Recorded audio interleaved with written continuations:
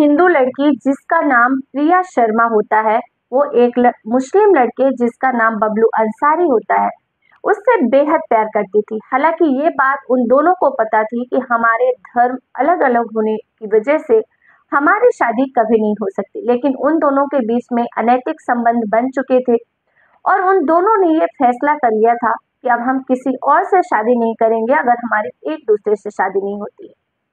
लेकिन एक दिन अचानक बबलू एक शादी करने के लिए पहुंच जाता है अपनी, और जो उसकी प्रेमिका होती है वो उसकी दुल्हन की भरे मंडप में गर्दन काट देती है। और ये घटना इतनी भयावह थी कि हर कोई जानकर सन्न रह गया।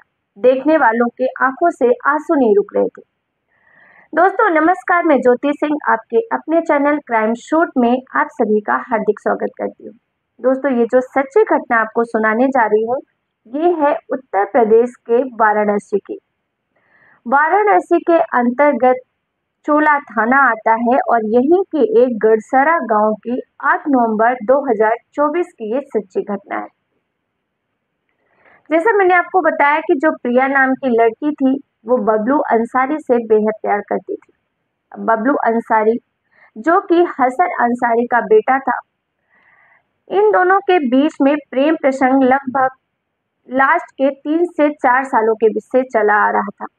पहले तो घर वालों को इसकी जानकारी नहीं थी, लेकिन कुछ ही महीनों पहले घर वालों को भी, दोनों के घर वालों को इस बात की जानकारी लग चुकी थी और दोनों के ही घर वालों ने अपने अपने बच्चों को स्ट्रिक्टली मना किया था कि तुम दोनों एक दूसरे से ना ही कांटेक्ट करोगे और ना ही कभी मिलोगे। हालांकि कहते हैं ना कि प्यार में कोई कितना भी समझाए, लेकिन प्यार इंसान को अंधा कर देता है, और यही इन दोनों के साथ भी हुआ। लाख मना करने के बावजूद इन दोनों आपस में मिलते रहे, अवैध संबंध भी बनाते रहे।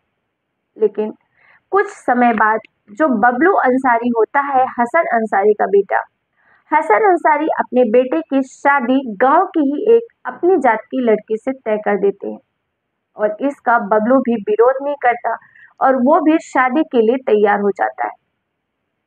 हालांकि इस बात की भनक अभी तक प्रिया शर्मा को नहीं थी। बबलू जहां भी कभी कभार प्रिया से बात कर लेता था, वहीं जब शादी की डेट नजदीक आने लगती है तो बबलू प्रिया को बिल्कुल ही कांटेक्ट करना बंद कर देता है। ना ही उसका कॉल पिक करता है और ना ही उसको कॉल करता है।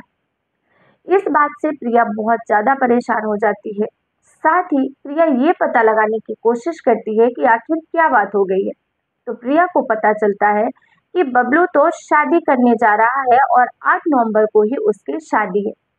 और ये जैसे ही सुनती है, प्रिया बिल्कुल बौखला सी जाती है, क्योंकि उसको यही लग रहा था कि अगर मैंने अपने घर वालों से कह दिया है कि मुझे कहीं भी शादी नहीं करनी है, तो बबलू लड़का होकर शादी कैसे कर सकता है, जबकि प्यार तो हम दोनों ही एक दूसरे से सच्चा करते थे। हालांकि पहले तो प्रिया के मन में ख्याल आता है कि वो बबलू को ही सबक सिखाए, लेकिन वो चाह कर भी बबलू को कोई नुकसान नहीं पहुंचा सकती, क्योंकि वो बबलू से बहुत ज्यादा प्यार करती थी और उसे वो तकलीफ में नहीं देख सकती थी। और इस तरीके से प्रिया चाह कर भी ना बबलू से कांटेक्ट कर पाती है और ना ही उसकी शादी रोक पाती है। तारीख तय के हिसाब से 8 नवंबर को बबलू बारात लेकर जोर शोर से उस लड़की के घर पहुंचता है, जो उसकी जात की लड़की थी, जिसका नाम रोशन जहान था।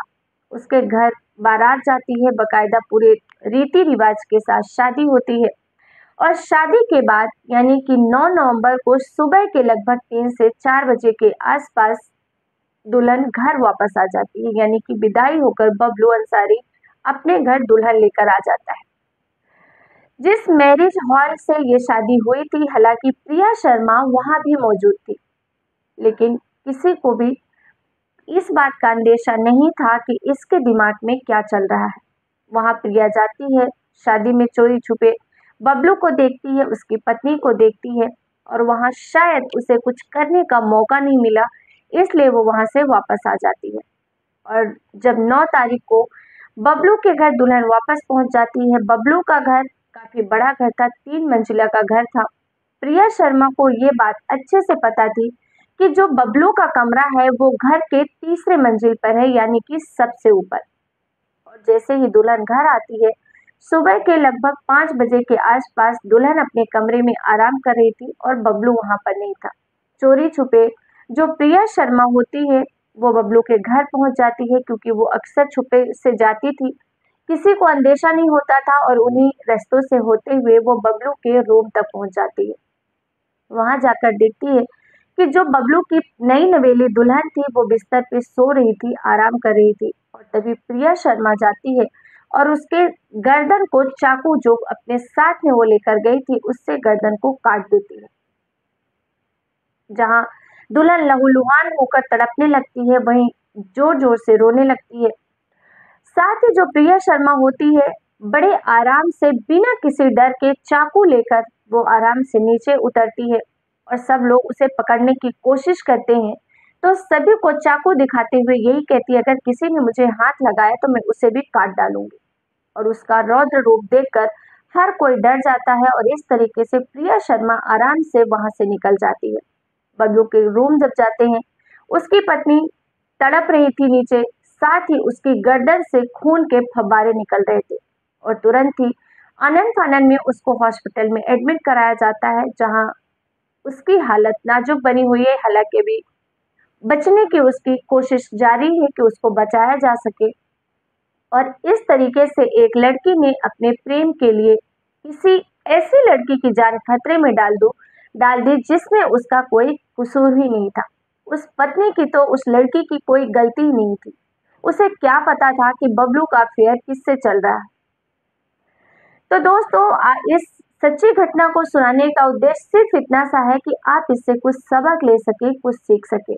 आप अगर किसी से प्यार करते हैं तो बहुत सोच समझ कर करें, और अगर आपके अंदर इतनी क्षमता नहीं है उससे अलग होने का दर्द सहने की, तो आप प्यार ही ना करें। मेरा सजेशन तो यही रहेगा। किसी के भी प्यार में आकर खुद को नुकसान पहुंचाना, प्रेमी प्रेमिका को नुकसान पहुंचाना या किसी भी थर्ड पर्सन को नुकसान पहुंचाना बहुत गलत बात है।